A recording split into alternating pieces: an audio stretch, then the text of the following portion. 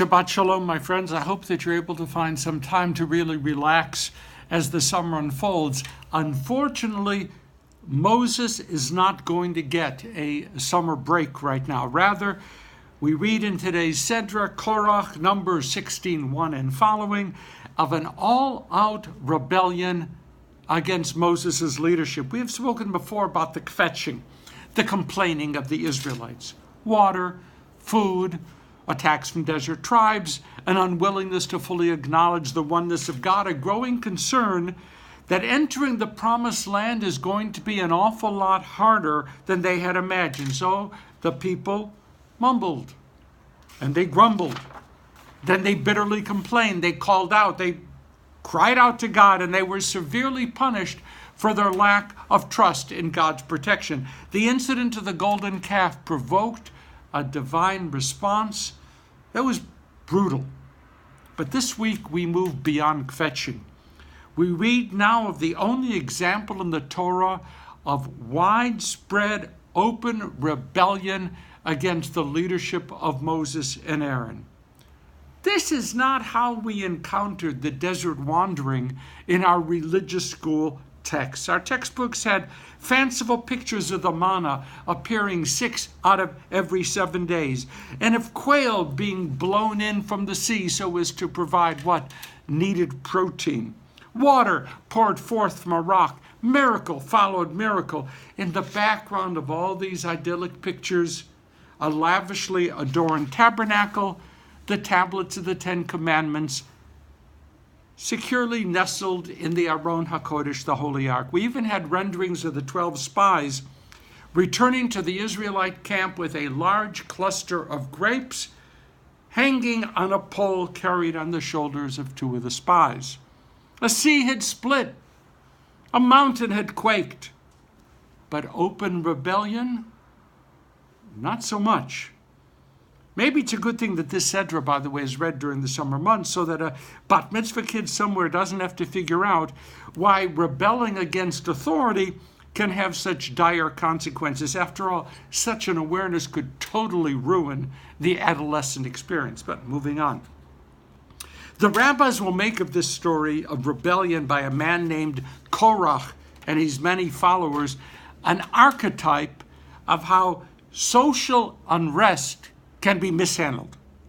There's a widely quoted passage in the Pirkei Avot that says, and this is just a paraphrase, every controversy that is pursued in a heavenly cause, that controversy is worthy, and every controversy that is not pursued in a heavenly cause, that controversy is unworthy. And what is an example, maybe the example of an unworthy cause? Pirkei Avot, the rebellion of Korach as described in today's Sedra. Wow! You better believe that the rabbis took every bit of this story apart, looking for examples of all those things that people should not do. The rabbis drilled down, looking for real causation, and when, not finding enough, they discovered ways to add additional features of their own, very creative. The story of Korach became an inverse do-it-yourself story. Read about Korach, and then don't do what those people did. So what's at play here? Korach was a Levite, a member of the same tribe as Moses and Aaron. That meant that Korach and his core followers were already part of the governing elite. They had a seat at the table, but that is not going to be enough for Korach. These are some of the charges our tradition places against Korach.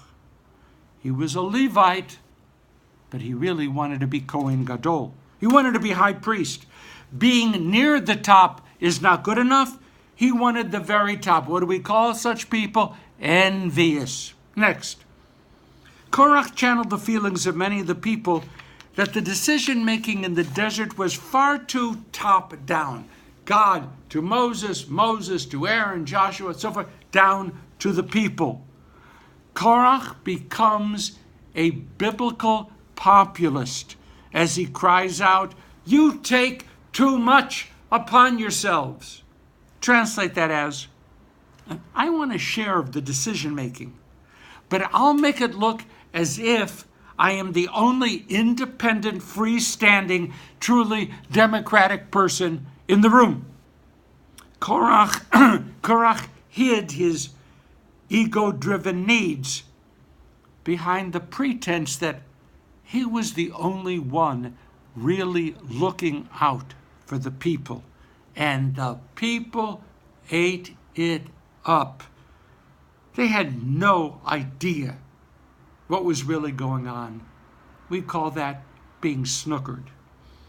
Korach made himself spokesman for disgruntled subgroups. Now, for example, we all remember that the firstborn sons were replaced by the Aaronite priesthood as the ones authorized to bring sacrifices to God. Started off being the firstborn sons, then the Aaronite priests replaced them. The rabbis have Korach whispering to those firstborn sons, saying to them, back me, and I'll get you back into the center of power. I'll be your man. You have been treated poorly. I can fix that. Nechama Leibowitz writes, Korach's followers were a band of malcontents, each harboring his own grievances against authority. And of course, sooner rather than later, those malcontents began savaging one another, as each one looked for a way to gratify his own ego needs. This was a really ugly situation. And a disclaimer here. Please note that I'm only using masculine pronouns because the text says that only men were involved in this rebellion. Now, Moses tries to negotiate with Korach and his followers. They'll have none of that. There will be no summit meeting during which mutual respect would be shown. There will be no joint closing communique. Again, quoting Leibowitz, there is no greater annoyance than when one party to a dispute refuses to sit down and talk things out with the other side. Isn't that great? That's great. Wikipedia, the great rabbinic scholar, teaches populism is a political philosophy supporting the rights and powers of the people in their struggle against a privileged elite. Critics of populism have described it as a political approach that seeks to disrupt the political order by solidifying and mobilizing the animosity of the commoners, the ordinary people, against privileged elites and, horror of horrors, the establishment. This was Korach's rebellion, a model of the worst possible way to bring about positive change. This was a mutiny against leadership by a group of people held together only by their shared distrust of those who were governing their society. Now, you could fairly say that that description fits the American Revolution as well. In a number of ways, you would be absolutely correct. But Korach and his followers had no unifying, noble vision of what change would look like when they gained control. They were angry. They felt disenfranchised. They were jealous. They used language of concern for the downtrodden, but this was not their primary concern.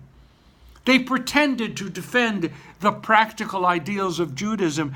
They wanted really to throw everything up in the air, hoping that all of the pieces would fall down and somehow, miraculously fall to the floor in a coherent, fair, and appropriate fashion. And they found powerful support among the people. And for that, they were severely punished by God. And for that, the rebels of Korach and his rebellion became a byword of Jewish history. And for that, they became the example of exactly the wrong way to bring about positive change in a community. Korach and his followers, populists, exploiters of discontent. Now, if you wish to discover contemporary takeaways from this analysis, then of course that is your privilege.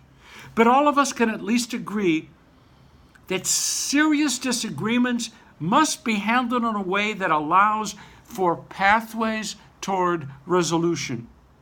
That serious disagreement should be pursued only when the stakes are high, when it's worth it, and when the parties involved have personal visions that are larger than their own egos. All of us must learn what in fact it is that people are intending when they look to us for support and they say, I have your back. Trust me on this. Well, that's it. Shabbat Shalom. We all have a lot to ponder based upon Korach's rebellion. Note that certain things don't really change in terms of how a society is built, how values are pursued, how the good of the many is protected along with the good of the few. Isn't that an ideal? The good of the many, protected along with the good of the few.